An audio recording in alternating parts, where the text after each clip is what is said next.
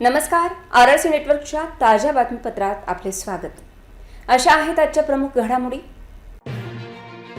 Headlines प्रस्तुत करता Marcus the readymade multibrand showroom.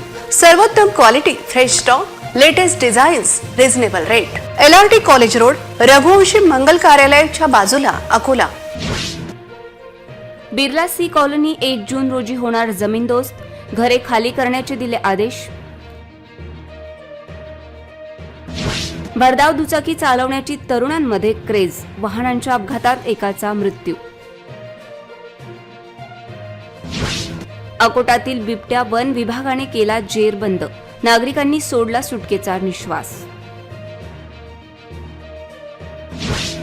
Washim Tirupati कॉलनीतील मूलभूत सुविधा बिल्डरने केला बंद. त्वरित कारवाईची मागणी. बिर्ला कॉलनीतील अर्धवट उड्डाणपूल मद्यपींचा बनला अड्डा. तळीरामांची रोज दारू पार्टी. आता सविस्तर बातम्या. अकोला शहराच्या जठारपेठ भागातील बिर्ला सी कॉलनीतील प्लॉट क्रमांक 147 मधील रहिवाशांना घरे खाली करण्याचा आदेश लिक्विडेटरने दिल्यामुळे आज बिर्ला सी कॉलनीतील रहिवाशांची धावपळ उडाली होती. 1 जून रोजी बिर्ला सी कॉलनी जमीनदोस्त करण्यात येणार असल्याची माहिती स्थानिकांनी दिली. बिर्ला सी कॉलनीचा हा भाग खाली करण्यात येणार असून या भागातील रहिवासी आता कुठे राहणार असा प्रश्न निर्माण झाला आहे. 31 मे पर्यंत येथील रहिवाशांनी घरे खाली करण्याचा आदेश देण्यात आला होता. या भागातील रहिवाशांनी घरभाडे वाढवून देण्यास संमती दिल्याची माहिती होती. दरम्यान आज या ठिकाणी लिक्विडेटर आणि काही कर्मचारी आल्याची माहिती प्राप्त झाली आहे. उद्या सकाळी या ठिकाणी बिर्ला सी कॉलनीतील प्लॉट क्रमांक 147 मधील घरे जमीनदोस्त करण्यात येणार आहेत. या ठिकाणी शासनाच्या विविध योजनांतून कामे कसे काय घेण्यात आले असा प्रश्न यानिमित्त समोर आला आहे.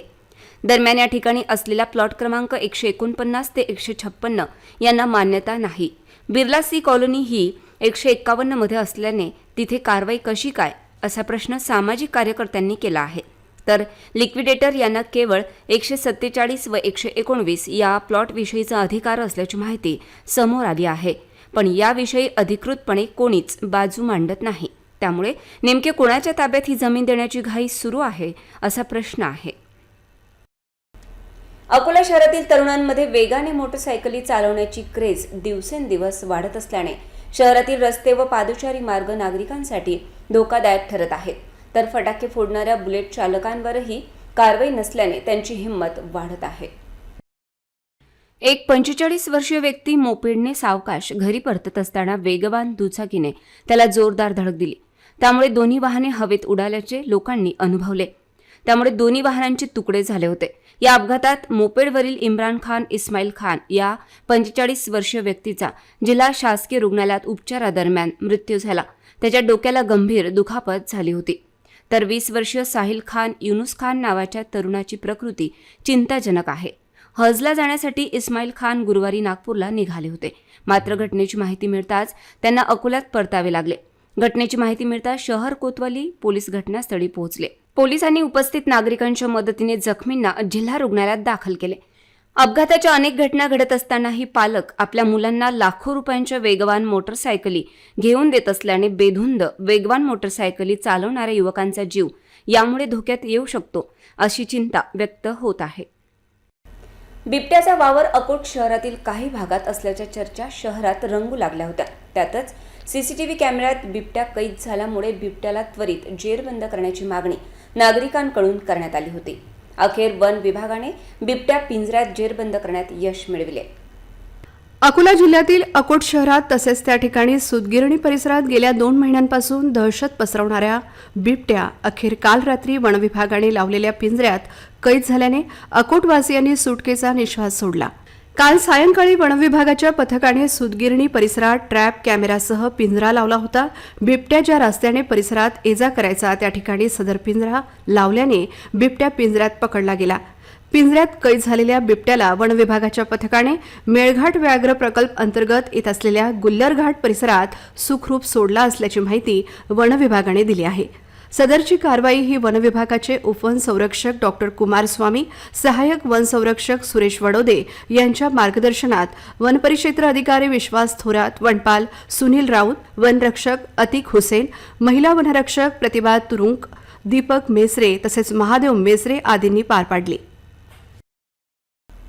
वाशिम येथील अकोला रोडवरील तिरुपती सिटी कॉलनीमधील रहिवाशांच्या मूलभूत सुविधा बिल्डर गिरीश लाहोटी यांनी बंद केल्यामुळे संतप्त नागरिकांनी आंदोलन करून सुविधा पुरविण्याची मागणी करीत बिल्डर लाहोटी विरुद्ध फसवणुकीचा गुन्हा करण्याची मागणी देखील करण्यात आली आहे. आवाज दो, हमारी मांगे पूरी करो, हमारी मांगे पूरी करो. वाशिम शहरालगत तिरुपती सिटी या कॉलनीचे बिल्डर गिरीश लाहोटी मनमानी करीत असल्याबाबतचे तसेच पैसे भरूनही नागरिकांना मूलभूत सुविधा दिल्या जात नाहीत. त्यामुळे येथील नागरिक आक्रमक झाले आहेत. त्यांनी जिल्हाधिकाऱ्यांसह पोलीस अधीक्षकांना तक्रार देऊन गुन्हे दाखल करण्याची मागणी केली आहे. सोयी सुविधा देण्याच्या नावाखाली बिल्डर यांनी या नागरिकांकडून एक रकमी 2 ते 2.5 लाख रुपये तर काही नागरिकांकडून 25,000 रुपये वार्षिक आकारणी केली आहे. मात्र तरीसुद्धा नागरिकांना पिण्याचे पाणी, स्वच्छता आणि इतर मूलभूत सोयीसुविधा पुरवल्या जात नाहीत असा आरोप नागरिकांनी करीत बिल्डरवर कारवाईची मागणी केली आहे. आमच्या मूलभूत सुविधा म्हणजे जे बिल्डर आहेत त्यांना आम्हाला पाणी पुरवणे, त्यानंतर आमचा कचरा उचलणे याकरिता त्यांनी आमच्याकडनं बऱ्याच लोकांकडनं वन टाईम मेंटेनन्सच्या स्वरूपात 2,20,000 रुपये घेतलेले आहेत. त्याबाबतच्या पावत्या आमच्या लोकांना दिलेल्या नाहीत. तसेच जे इयरली देतात त्यांच्याकडनं 22,000 रुपये पर इयर चार्ज करतात. ते त्याचा हिशोब मागितला असता ते हिशोब देण्यास तयार नाहीत. ते त्यांची मनमानी करत आहेत. त्याकरिता आम्ही हे आंदोलन पुकारलेलं आहे. फसवणूक झालेली आहे त्याबाबत सुद्धा आम्ही पोलीस स्टेशन शहर इथे तक्रार त्यांच्याविरुद्ध देणार आहोत. तसेच त्यांनी ज्या म्हणजे आम्हाला सदनिका विकत घेता वेळेस आश्वासन दिले होते की बुवा ॲम्युनिटीज देऊ तुम्हाला, ॲम्युनिटीजमध्ये तुम्हाला स्विमिंग पूल, जिम, त्यानंतर बॅडमिंटन हॉल ह्या सुद्धा त्यांनी आजपर्यंत आम्हाला दिलेल्या नाही. जवळपास 14 वर्ष पूर्ण झालेले आहेत आणि आम्ही त्यांना बोलण्यासाठी गेलो असता ते उद्धटपणे आम्हाला उत्तर देतात. त्याबद्दल सुद्धा आम्ही पोलीस स्टेशन शहर इथे तक्रार दिलेली आहे. सदनिका विकल्या त्यावेळेस 51% सदनिका विकत झाल्यानंतर सोसायटी फर्म करतील, परंतु त्यांनी सोसायटी सुद्धा फर्म केलेली नाही. वास्तविक पाहता मोफा अधिनियम 1963 नुसार सेक्शन 10 नुसार त्यांना सदनिका धारकांना सोसायटी हँडओव्हर करून हाऊसिंग सोसायटी निर्माण करणे गरजेचे आहे, मॅन्डेटरी आहे. परंतु तसं त्यांनी केलेलं नाही. त्यामुळे सेक्शन 13 नुसार ते शिक्षेस पात्र आहे. त्यांना 3 वर्षापर्यंत शिक्षा त्यामध्ये होऊ शकते.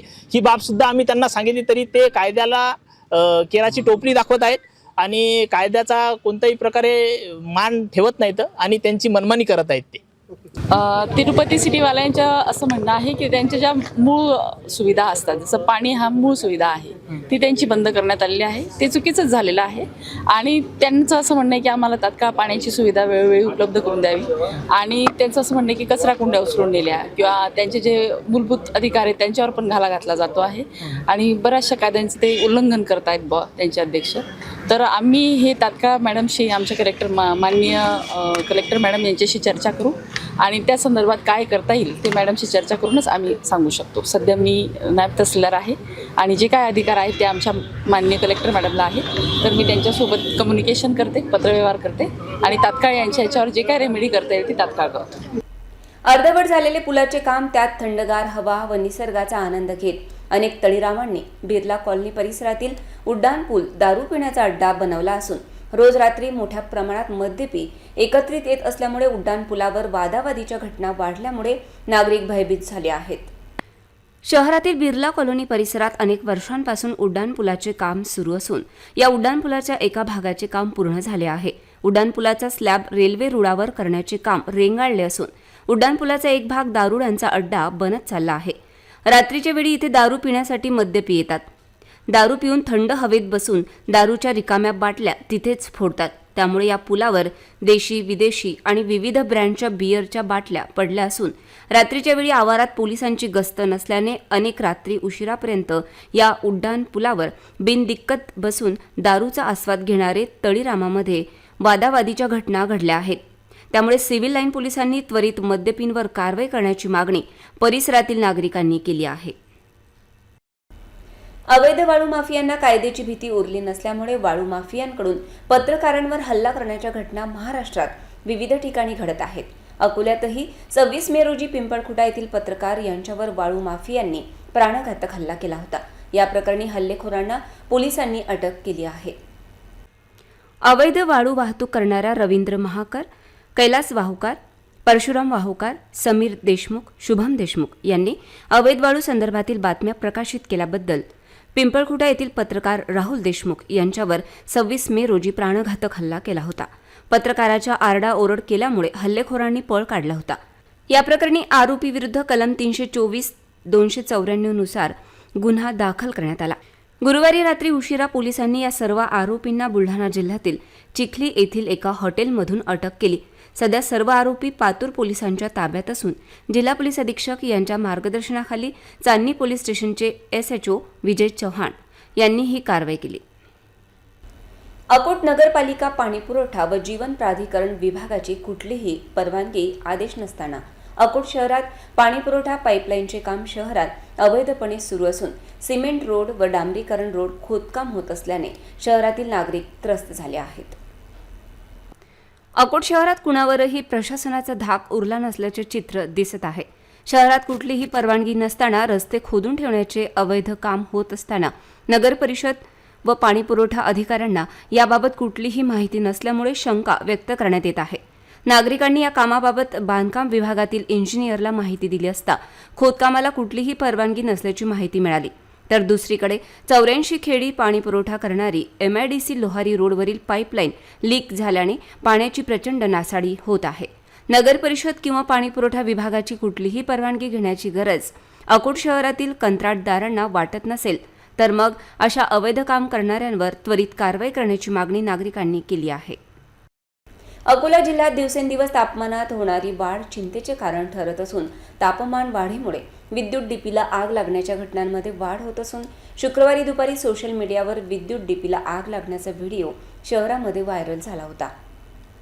अकोला शहरातील बिर्ला गेट जवळील श्रीहरी पार्क इमारतीसमोरील अतिउष्णतेमुळे विद्युत डीपीला आग लागल्याची घटना शुक्रवारी दुपारी सोशल मीडियावर व्हायरल झाली, ज्यामध्ये विद्युत डीपीला आग लागल्याचे दिसत आहे. या घटनेची माहिती मिळताच बिर्ला गेट परिसरातील विद्युत डीपीच्या खाली असणारे नागरिक आणि तेथून जाणारे पादचारी भयभीत झाले होते. महावितरण कर्मचाऱ्यांनी घटनास्थळी पोहोचत डीपीतील जळणारी तार काढण्याचा प्रयत्न केला असता काही वेळाने आग विझल्याने परिसरातील नागरिकांनी सुटकेचा निश्वास सोडला. उन्हाची दाहकता वाढत असल्याने पिण्याच्या पाण्यासाठी पक्ष्यांना भटकंती करावी लागते. अकोल्यातील डॉक्टर पंजाबराव देशमुख कृषी विद्यापीठात विविध प्रकारच्या पक्ष्यांचे वास्तव्य असून उन्हाळ्यात पिण्याच्या पाण्यासाठी शेकडो प्रकारचे पक्षी कूपनलिका व जलवाहिनीतून वाहणाऱ्या पाण्यावर आपली तहान भागवत आहेत. अकोल्यात राज्यातील सर्वाधिक तापमानाची नोंद झाली आहे. त्यामुळे दुपारच्या वेळेत रस्ते निर्मनुष्य दिसत आहेत. त्यामुळे शेकडो प्रकारचे पक्षी असणाऱ्या कृषी विद्यापीठात पक्षी वाहणाऱ्या पाईपलाईनमधील लिकेज पाण्यावर आपली तहान भागवत आहेत. त्यामुळे प्रत्येकाने आपल्या परिसरात असणाऱ्या पक्ष्यांसाठी जलपात्र ठेवावे असे आवाहन निसर्गप्रेमी चंद्रकांत पाटील यांनी केले आहे. उन्हाच्या दाहकतेमुळे सर्वसामान्य नागरिकांचे हाल होत असताना पशुपक्ष्यांची काळजी घेणे गरजेचे आहे. पुन्हा एक नजर टाकूया आजच्या प्रमुख घडामोडींवर. हेडलाइन्स प्रस्तुत करता Marcus the readymade multibrand showroom. सर्वोत्तम quality, fresh stock, latest designs, reasonable rate. LRT college road, Raghuvanshi Mangal कार्यालयाच्या बाजूला, अकोला. बिर्ला सी कॉलनी 1 जून रोजी होणार जमीनदोस्त, घरे खाली करण्याचे दिले आदेश. भरधाव दुचाकी चालवण्याची तरुणांमध्ये क्रेज, वाहनांच्या अपघातात एकाचा मृत्यू. अकोटातील बिबट्या वन विभागाने केला जेरबंद, नागरिकांनी सोडला सुटकेचा निश्वास. वाशिम तिरुपती कॉलनीतील मूलभूत सुविधा बिल्डरने केला बंद, त्वरित कारवाईची मागणी. बिर्ला कॉलनीतील अर्धवट उड्डाणपूल मद्यपींचा बनला अड्डा, तळीरामांची रोज दारू पार्टी. बातम्यांसाठी तुम्ही पाहत रहा RRC न्यूज. यूट्यूब चॅनलवर तुम्ही पण लाईक आणि सबस्क्राईब करा RRC डिजिटल अकोला हे यूट्यूब चॅनल. जगभरात कुठेही पहा RRC डिजिटल अकोला. पुन्हा भेटूया ताज्या बातम्यांसह, नव्या घडामोडींसह नव्या बातमीपत्रात. तोवर नमस्कार.